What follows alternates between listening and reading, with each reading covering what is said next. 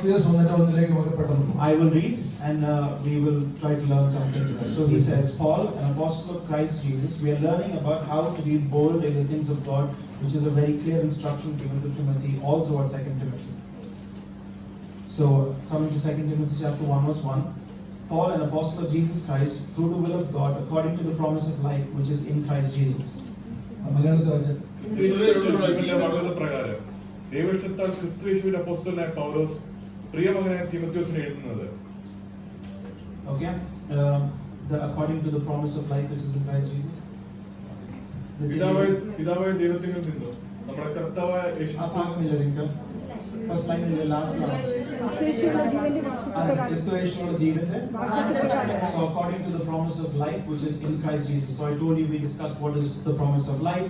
Life is not this eternal or living forever, but life is the quality of life that is in connection to knowledge or understanding or knowing God and the one whom He has sent. നിത്യജീവൻ എന്ന് പറയുന്നത് എന്നേക്കും ജീവിക്കുന്നതല്ല, നമ്മെ ആരയച്ചു ആരാൽ നാം അയക്കപ്പെട്ടു എന്നുള്ള പരിജ്ഞാനം നമ്മിൽ വരുന്നത്, ആ അറിവത്രേ നിത്യജീവൻ എന്നുള്ളത് നാം ചിന്തിക്കുകയുണ്ടായി. Okay, verse 2 in the English goes like this: To Timothy, my dear child, grace, mercy and peace from God the Father and Christ Jesus our Lord.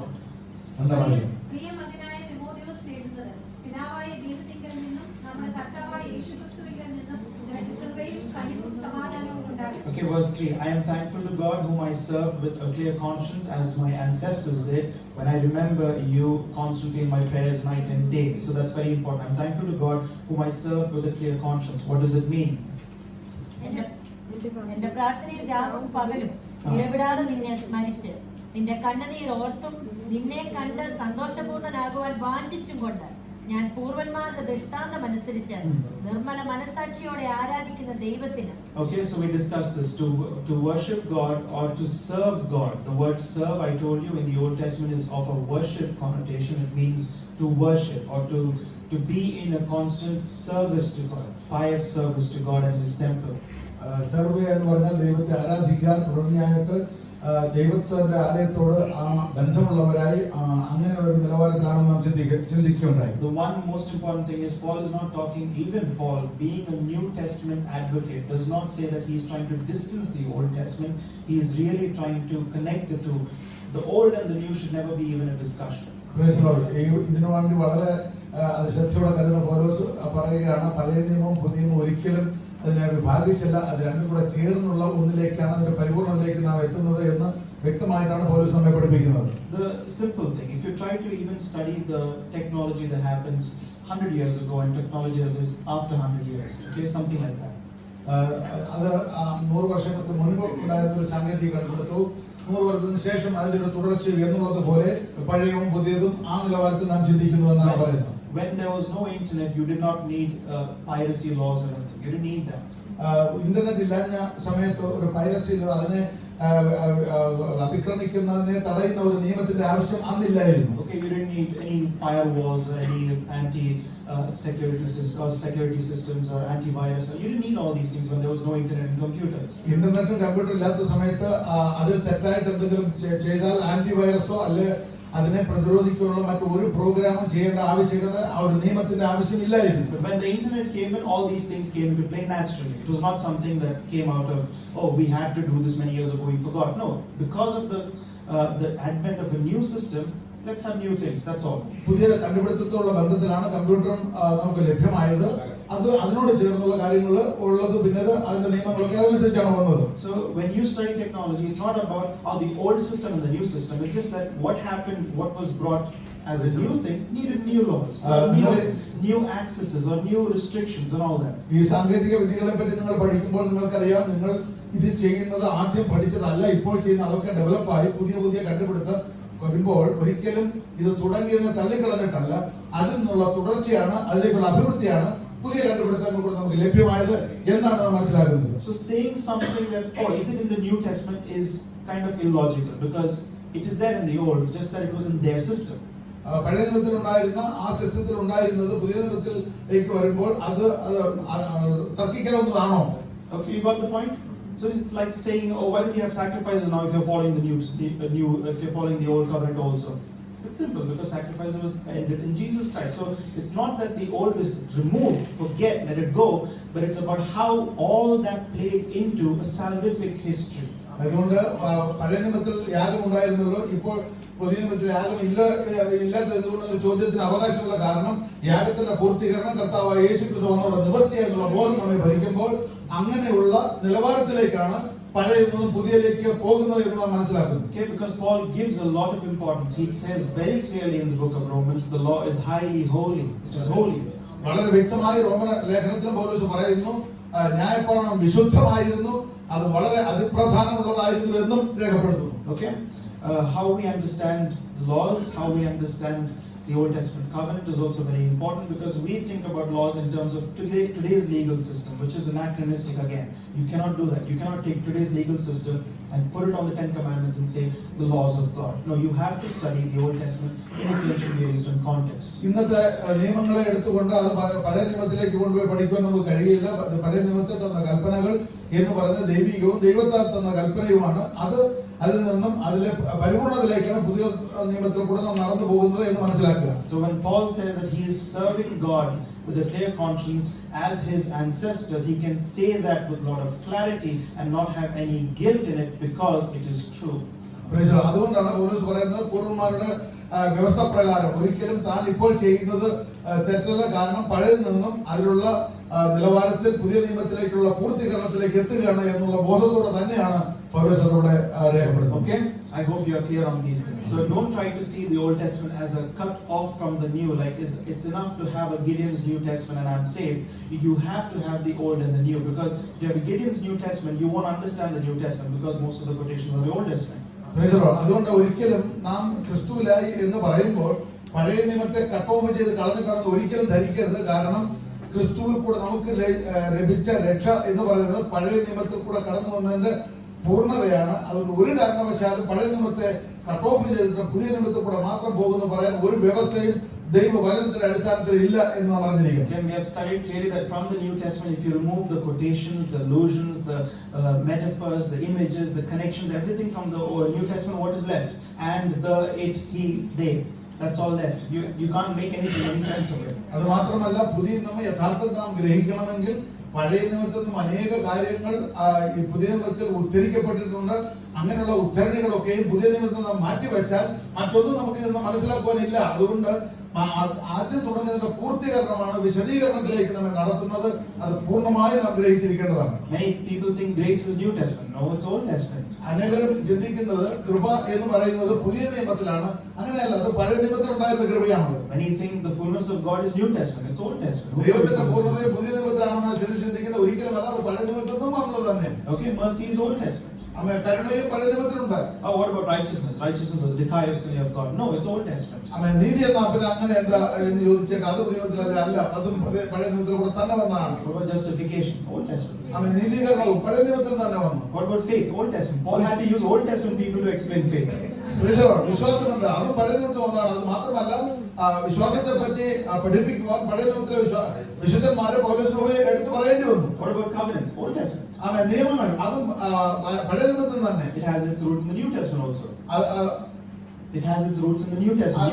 അതിന്റെ റൂട്ടുകളാണ്, അതിന്റെ പേരാണ് പഴയ പുതിയ നിയമത്തിലേക്ക് വന്നിരിക്കുന്നത്. The point is, you cannot separate the two. It is given as, it is unfortunate we have it as two because it is a period of, however we got the Bible. Stick to it, others they'll see you as foreigners and strangers and excommunicate you. But the point is, the Bible is a whole. Okay?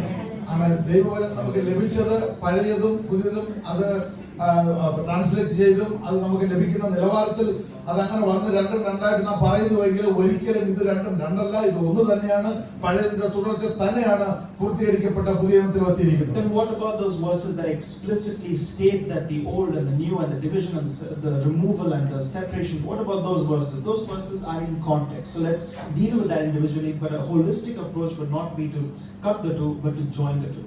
ഒരിക്കലും അങ്ങനെ വരുമ്പോൾ നാം അത് ഇവിടുന്ന് പറഞ്ഞിരിക്കുന്നു, ഇത് ഇവിടെ പറഞ്ഞിരിക്കുന്നു, അങ്ങനെ അവിതർക്കിതമായി നമുക്ക് പറയത്തക്ക നിലവാരത്തിൽ എത്രയോ സത്യങ്ങൾ ഇതിനകത്ത് ഉണ്ട് എന്നുള്ളത് മനസ്സിലാക്കുമ്പോൾ തന്നെ ഒരിക്കലും ഇതിനെ വേർപെട്ട് നമുക്ക് ചിന്തിക്കുവാനോ പഠിക്കുവാനോ കഴിയുകയില്ല. ഇതിന്റെ തുടർച്ചയായിട്ട് തന്നെയാണ് ഇത് തുടരുന്നത്. We should understand that God did not wake up one day and be like, you know what, let's give the Old Testament. It sounds good. and then after like 2,000, 3,000 years, I don't think it's working. You know what? Let's give a new one. That's not how it works. God will make a mistake. Praise the Lord.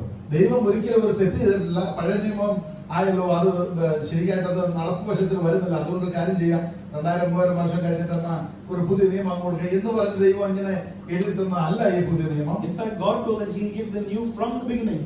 എന്നാൽ സത്യത്തിൽ ദൈവം പറഞ്ഞു ഇത് ആദ്യം മുതലേ ഉള്ളതാണ് ഈ പുതിയതായിട്ട് നമുക്ക് ലഭിച്ചത്. From the beginning itself, He said He would give a New Testament. And the prophets realized that and caught up on those topics and said, listen, He'll give you a new heart and a new law. That's how He's going to do it. Haven't you read the Old Testament? Haven't you read before me?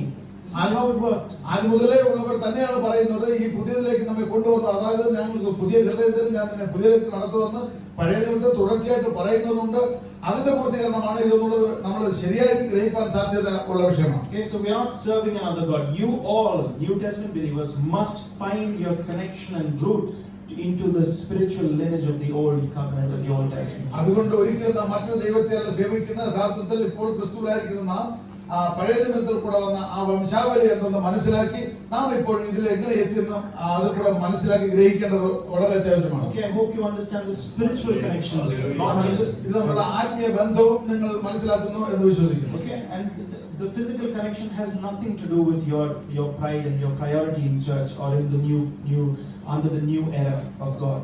ഭൗതിക നിലവാരത്തിലുള്ള ഒരു ബന്ധവും സഭയിൽ അതുമായിട്ട് ബന്ധപ്പെടുത്തുവാൻ പുതിയ നിയമത്തിൽ ഒരു വ്യവസ്ഥയുമില്ല. Paul says that he calls himself, being a Pharisee of the Pharisee, circumcised the 8th day, Hebrew of Hebrews, learned under Gamaliel, all these things together, this whole CV, if you will, he calls it as dung. പരീശന്മാരിൽ പരീശൻ, ഗമാലിയലിന്റെ പാദപീഠത്തിൽ നിന്ന് പഠിച്ചവൻ, വിദ്യാഭ്യാസത്തിൽ അഗ്രഗണ്യൻ, വളരെ പണ്ഡിതൻ, വല്ല ലോകപരമായി അനേക കാര്യങ്ങൾ എടുത്തെടുത്ത് പറയുവാൻ യോഗ്യതയുള്ള പൗലോസ് ഇതൊക്കെ പറഞ്ഞിട്ട് പറയുകയാണ്, ഇതൊക്കെയും ചവറെന്ന് അവൻ എണ്ണിയിരിക്കുന്നു, ഇതൊക്കെയും ലോകത്തവന് നിസ്സാരമായി അവൻ ക്രിസ്തുവിനുള്ള പരിജ്ഞാനം മൂലം അതൊക്കെ തള്ളിക്കളഞ്ഞെന്ന് മനസ്സിലാക്കുകയും. Many people think that the law was an impossibility to keep, so God showed Israelite that it's impossible to keep it. Therefore, now you see, I did a big job. Here is Jesus Christ. പഴയ നിയമത്തിലെ നിയമങ്ങൾ പാലിക്കുന്നത് അസാധ്യമായിരുന്നു, അത് ജനത്തിന് കഴിയാത്തതുകൊണ്ട് നിങ്ങൾക്ക് ലളിതമായി ചെയ്യുവാൻ കഴിയുന്ന ഒരു നിയമത്തിലേക്ക് ഞാൻ നിങ്ങളെ കൊണ്ടുപോകാം എന്ന് പറഞ്ഞൊരു പുതിയ നിയമം തന്നതല്ല കർത്താവായ യേശു ക്രിസ്തു എന്ന് മനസ്സിലാക്കുക. Okay, don't fall into that trap. The Old Testament was a possibility to keep. Who said it was impossible? പഴയ നിയമത്തിൽ നിങ്ങൾ ഒരിക്കലും അങ്ങനെ തെറ്റിദ്ധരിക്കാതെ, പഴയ നിയമത്തിലെ നിയമങ്ങൾ ദൈവം കൊടുത്തത് അത് നടപ്പാക്കാൻ സാധ്യമാകും എന്നുള്ളത് തന്നെയാണ്. ആ നടന്നിട്ടുണ്ടെന്ന് നമുക്കറിയാം. Okay, don't think that the Old Testament was an impossibility. It was a possibility. It's not because of the impossibility that God brought the New Testament. ഒരിക്കലും പഴയ നിയമം അസാധ്യമാണെന്ന് പറയാൻ പറ്റുകയില്ല, അത് സാധ്യമായിരുന്നു. അതുകൊണ്ട് തന്നെയാണ് അതിൽ നിന്നേക്ക് പുതിയ നിയമത്തിലേക്ക് നമ്മെ കൊണ്ടുവന്നത്. You are facing a lot of headaches right now, right? Too much. Yes, it is too much. That's how we teach the scripture. So the point when you read about the rich man coming to Jesus Christ, what did he say? Keep all the laws. He said, from my youth I have been keeping these things. Not yesterday, from my youth. In my known memory, I have never broken even one. ധനികനായ മനുഷ്യൻ യേശു ക്രിസ്തുവിനടുത്ത് രക്ഷിക്കപ്പെടുവാനുള്ള കാര്യം ചോദിച്ചപ്പോൾ യേശു പറഞ്ഞ കാര്യം അവൻ പറയുന്നത്, ഞാൻ കുഞ്ഞായിരുന്നപ്പോൾ തന്നെ ഇതെല്ലാം നിവർത്തിച്ചു വരുന്നു. അവൻ അന്ന് തുടങ്ങിയതല്ല, ഇത് അവൻ ജനിച്ചപ്പോൾ തന്നെ അവനെ പഠിപ്പിച്ചു വന്ന സത്യവുമാണത്. Jesus didn't say, who said, no one can keep the law. That's what I told. That's not how he responded. അവൻ ഉടനെ യേശു ക്രിസ്തു പ്രതികരിച്ചത്, ആര് പറഞ്ഞു ന്യായപ്രമാണമൊക്കെ ആരും കൊണ്ടും അങ്ങനെ ചെയ്യുവാൻ സാധ്യമുള്ളതല്ലോ, നീ പിന്നെ ചെയ്യുന്നത് എങ്ങനെ പറയാൻ പറ്റും എന്നല്ല യേശു അവനോട് പ്രതികരിച്ചത്. When the Pharisee and the commoner comes and prays, the Pharisee says, listen, I have kept all your law. That's his pride. മാത്രമല്ല പരീശന്മാരുടെ സജീവത്തോട് പറയുകയാണ്, ഞാൻ സകല ന്യായപ്രമാണവും അവൻ പാലിച്ചവനാണെന്ന് ധൈര്യത്തോടെയാണ് പൗലോസ് പറയുന്നത്. You can keep the Old Testament. Who told you you cannot? പഴയ നിയമം നമുക്ക് സൂക്ഷിപ്പാൻ കഴിയും, അതൊരിക്കലും അസാധ്യമല്ല. But that's just them. Okay, let's take Paul then, the main man. എന്നാൽ അതങ്ങനെ വെച്ചിട്ടുണ്ട്. പൗലോസിനെ പറ്റി നാം ചിന്തിച്ചാൽ He says regarding the law, blameless. അവൻ ന്യായപ്രമാണം സംബന്ധിച്ച് അനിന്യനെന്ന് വളരെ വ്യക്തമായി പൗലോസ് പറയുകയാണ്. Blameless. അവൻ അനിന്യൻ. Praise the Lord. Praise the Lord. Praise the Lord. Hallelujah. God did not just finally one day decide, you know what, it's I mocked my children. I told them, I gave them something that they cannot do. Let's change the law now. ഒരിക്കലും ഞാൻ അവർക്ക് ചെയ്യുവാൻ കഴിയാത്ത ഒരു കാര്യം ഞാൻ അവർക്ക് കൊടുത്തു, എനിക്ക് തെറ്റുപറ്റിപ്പോയി, അതുകൊണ്ട് ഞാൻ ഒരു പുതിയത് അവർക്ക് ലളിതമായി കൊടുക്കുക എന്ന് പറഞ്ഞല്ല ദൈവം ഇതൊന്നും നമുക്ക് വേണ്ടി ചെയ്തത്. See, I'm God. I proved myself. എനിക്ക് തന്നെ അത് തെളിവായി വന്നു. That's not how it works. അങ്ങനെയല്ല അത് പ്രവൃത്തിയായി വന്നത്. The Old Testament was not given to displace something, or New Testament was not given to displace the Old. This kind of a mental framework that we have is completely foreign to the writers of the Old Testament. Completely. Praise the Lord. ഒരിക്കലും പുതിയ നിയമം വന്നത് മറ്റ് പഴയ നിയമത്തെയോ അല്ലെങ്കിൽ അന്നുണ്ടായിരുന്ന ഏതെങ്കിലും മാറ്റുവാനല്ല, അത് നിവർത്തിപ്പാനാണ് യേശുക്രിസ്തു വന്നതെന്ന് വ്യക്തമായി രേഖപ്പെടുത്തുന്നു. അത് നമുക്കറിയാവുന്ന സത്യവുമാണ്. I feel that about at least 60% of today's preachers should be sent to a Old Testament theology class. ചിലപ്പോൾ എനിക്ക് തോന്നാറുണ്ട് ഇന്നത്തെ ഒരു 60% പ്രസംഗരെയും പഴയ നിയമം പഠിപ്പിക്കുന്ന ചില ക്ലാസ്സുകളിലേക്ക് വിട്ട് പഠിപ്പിക്കണം. All this grace that you hear around is unnecessary exaggeration of grace. They talk like as though it is the first time you have heard it. That is all nonsense. കൃപ എന്ന് പറയുന്ന വാക്കിനെ, ദൈവത്തിന്റെ ആ പ്രവൃത്തിയെ ഇന്ന് ശിഥിലമാക്കിക്കൊണ്ടിരിക്കുന്നത് കണ്ടാൽ വളരെ വിഷമം തോന്നുന്ന നിലവാരത്തിലാണ്. ഇത് നേരത്തെ ഇല്ലായിരുന്നു, ഇപ്പോഴെവിടുന്നോ ഈ കൃപ എന്ന് പറയുന്നത് നമുക്ക് വേണ്ടി എവിടുന്നോ ഇങ്ങനെ ഇനി തന്നതാണ് എന്നൊക്കെയുള്ള ആ ബാലിശമായ ചിന്തകൾ. I thank God in a certain sense for all the universities that are doing the hard work of giving the scriptures in its context, and definitely there are people who misuse it, but I thank God for all the real ones and the ones that actually help.